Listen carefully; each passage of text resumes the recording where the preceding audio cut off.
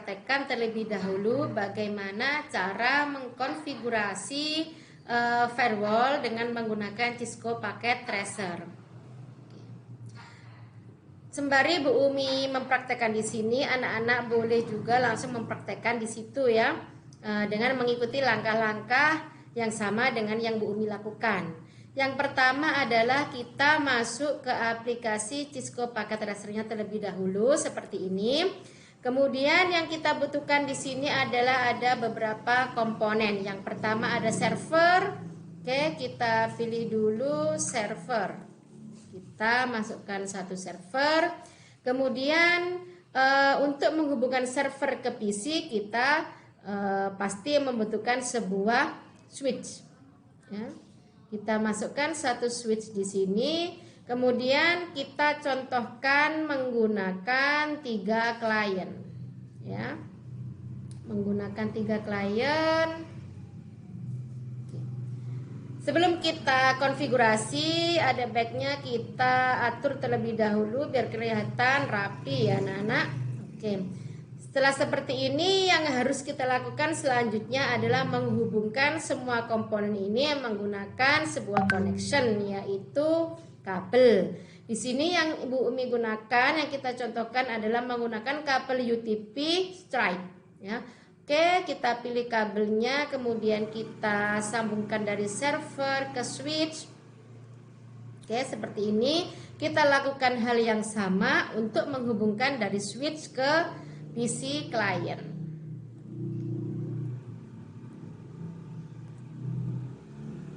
Oke, seperti ini. Kita tarik kabelnya. Oke.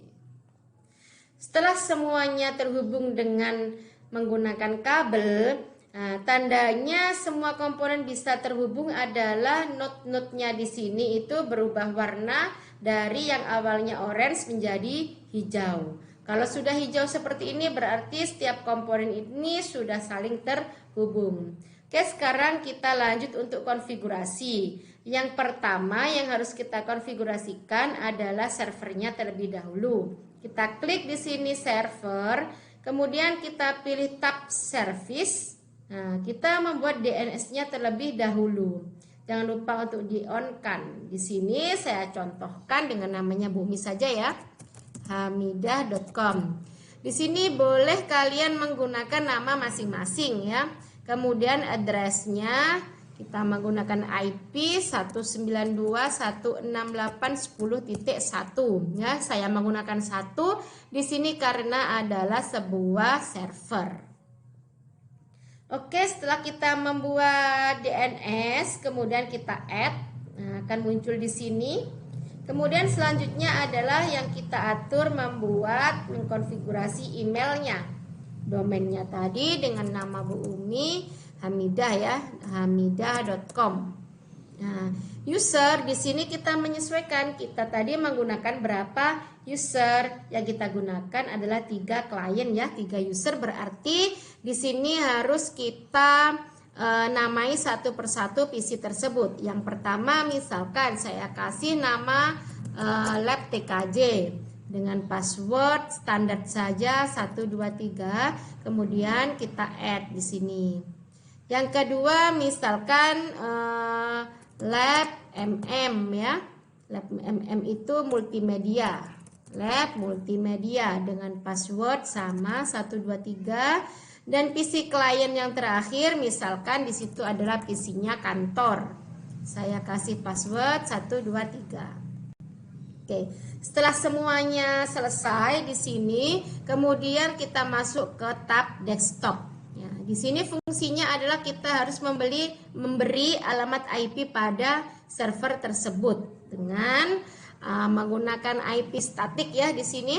192.168.10.1 dengan subnet masuk otomatis. Untuk default gateway-nya tidak usah, yang perlu kita isi hanya DNS servernya tadi. Oke, sudah selesai. Nah, server sudah kita konfigurasi. Selanjutnya adalah kita konfigurasi dari setiap PC pada klien. Yang pertama adalah PC lab TKJ ya. Kita beri IP-nya terlebih dahulu. 192.168.10.2. Subnet masknya dengan default gateway-nya kita masukkan IP address dari server tersebut.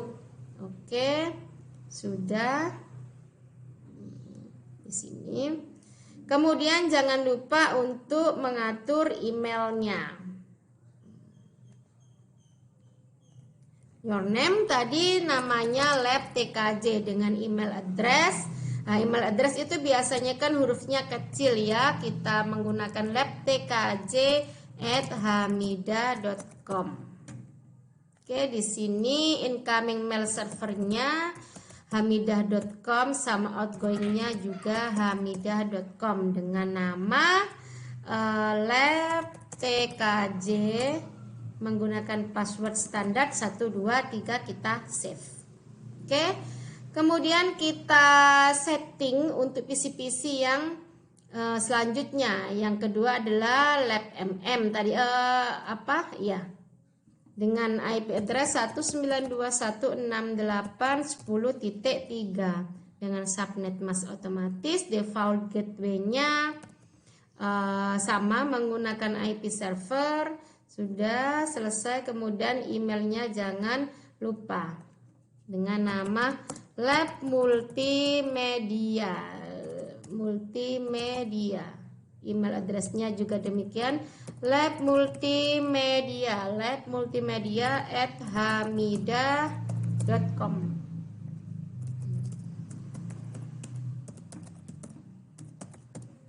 Selanjutnya username-nya sama lab multimedia dengan password 123. Kemudian kita save.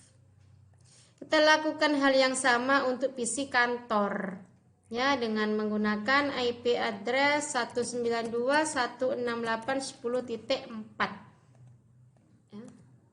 Oke, seperti ini dengan email address-nya juga kantor.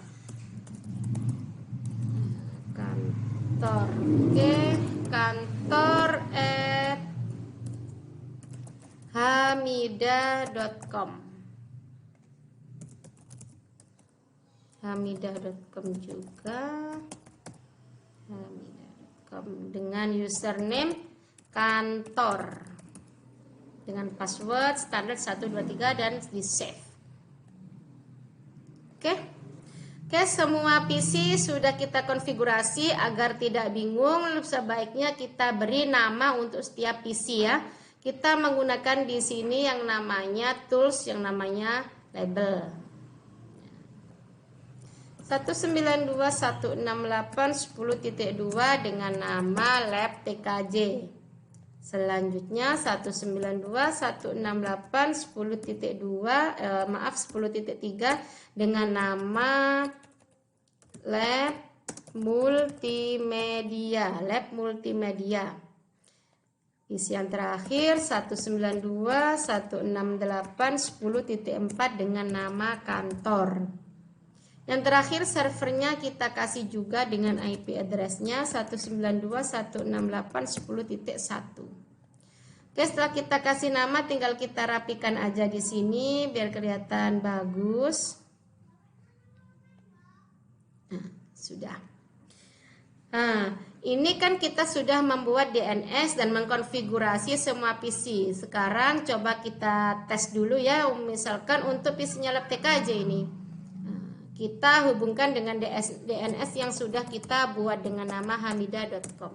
Nah, sudah ya anak-anak, ini muncul seperti ini, itu tandanya komputernya sudah bisa mengakses DNS yang kita buat. Nah, sekarang nih selanjutnya yang kita konfigurasi adalah firewall-nya.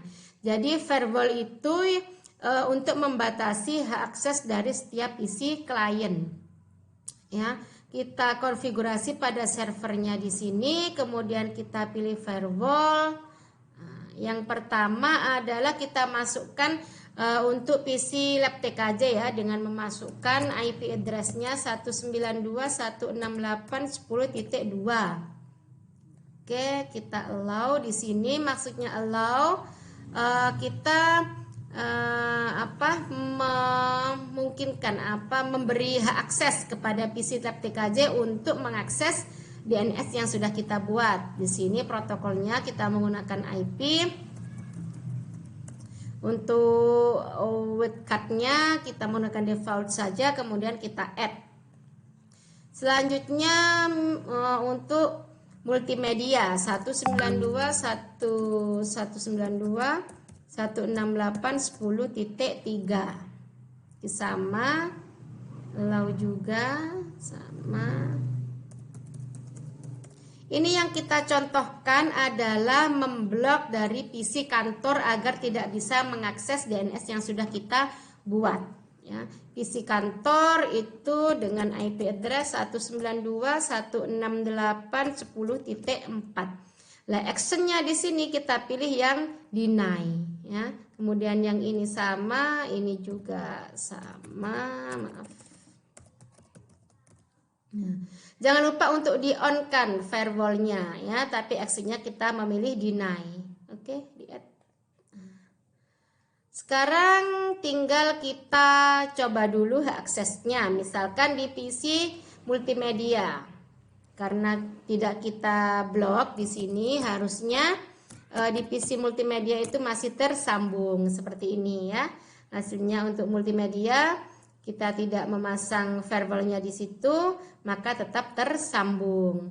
Selanjutnya kita tes untuk PC kantor. Ini harusnya tidak bisa tersambung ya anak-anak, karena kita sudah mengkonfigurasi firewall-nya di situ, hamidah.com.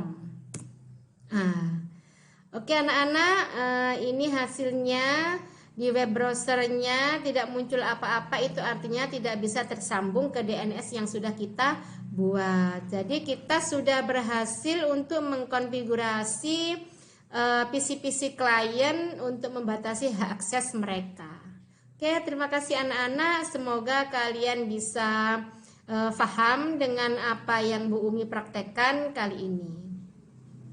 Oke, selamat mencoba.